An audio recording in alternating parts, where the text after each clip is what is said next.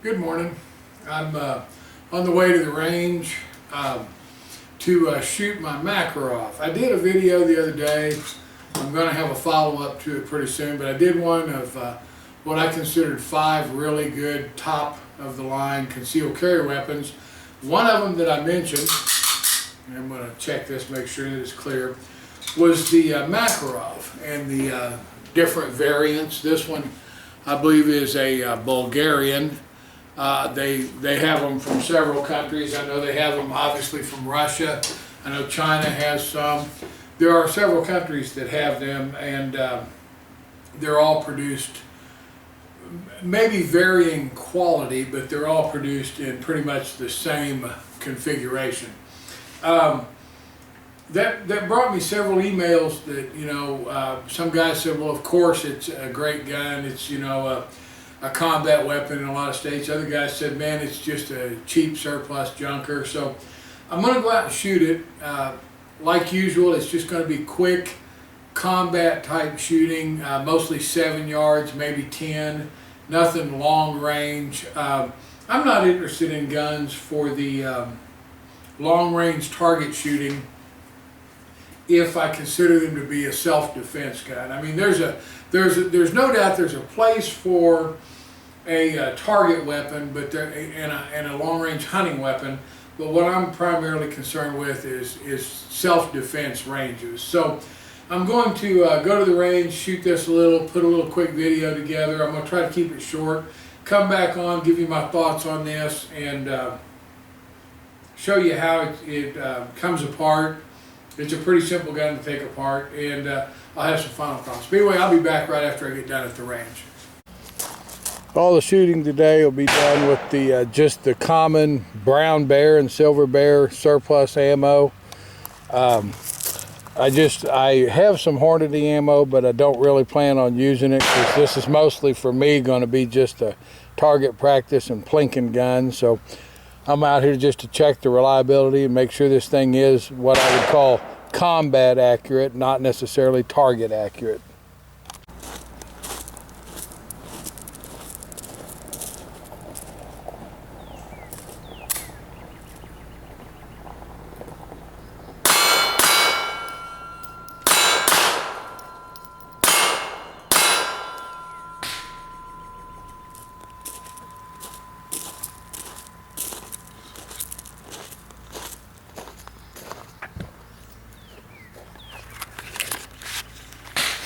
That was the full metal jacket brown bear.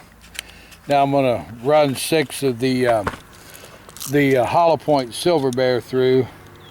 I would anticipate that it'll feed just the same. That was actually 6 for 6 hits there at 7 yards. Those are fairly big silhouettes, so that's definitely not target grouping, but it's definitely adequate for personal defense. Now I'll try the hollow point silver bear ammo and see how it does.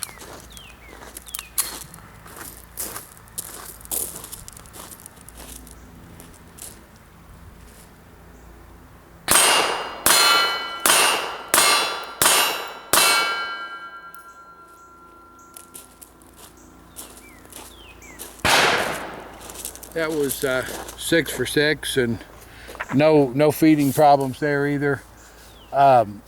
I'm going to run a few more through it here in just a second. We'll walk down here and try to shoot a group with this Makarov.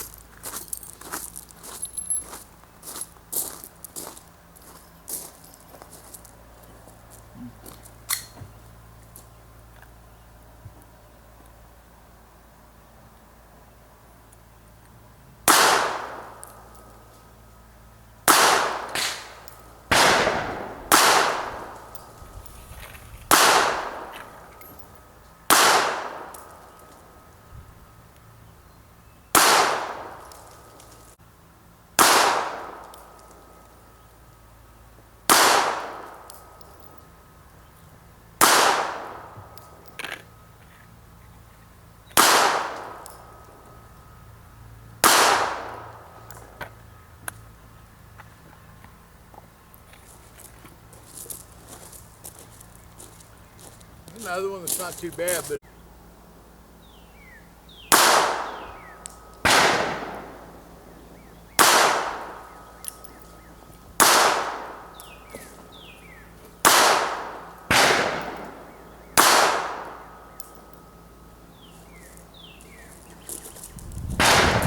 Maybe if you moved over where your sights were in the sun. That's pretty good. Those aren't bad. Like I say, they're all three more than combat accurate. I'm gonna shoot one more with the hollow point ammo, which I think shoots a little better than the. I think it's supposedly a little bit of an upgrade in ammo.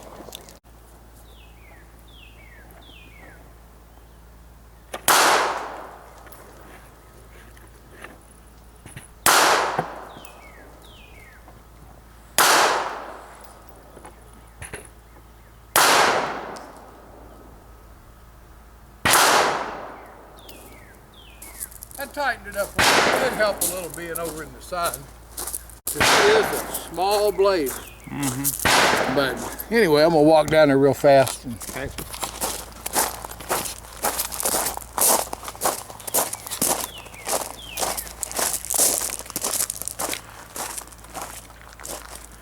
All right, this is 4 groups I shot. This is the last one. That's the Silver Bear hollow point ammo. That's the first group with the Brown Bear full metal jacket.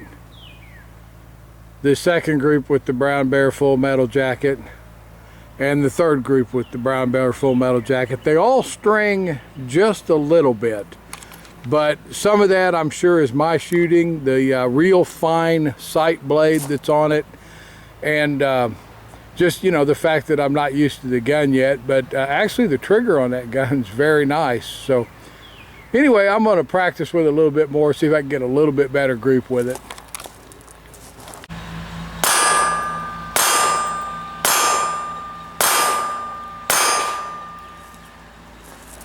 That was that Makarov with the full metal jacket. And then I'm going to try it with the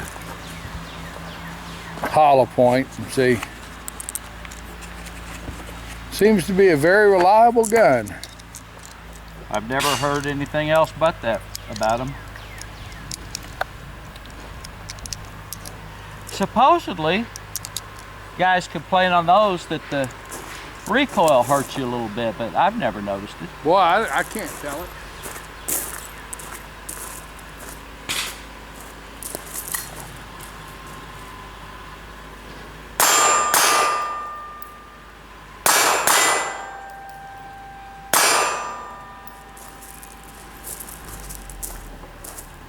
That's impressive for such a cheap gun.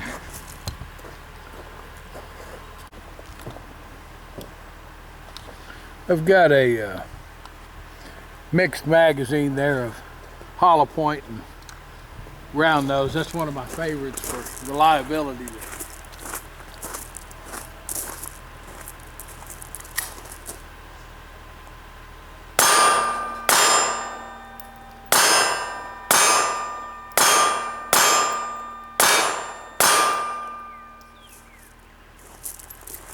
That was four or five of one and 3 or 4 of the other of the hollow point and round nose mixed. I think I'll do that again. And I'm going to do one more mixed mag here of hollow point and full metal jacket.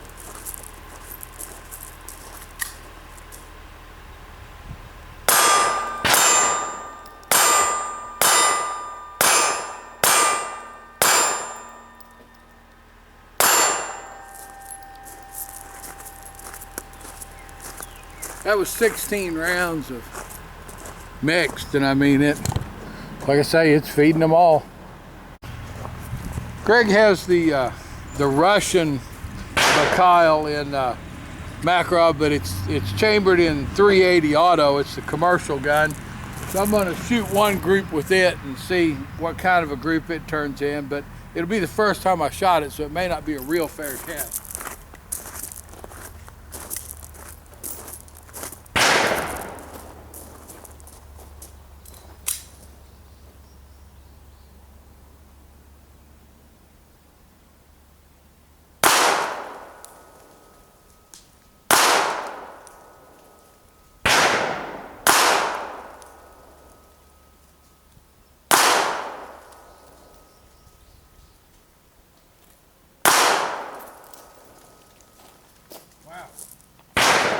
wasn't very good. I put 3 together and 2 together. I don't know if that was probably me.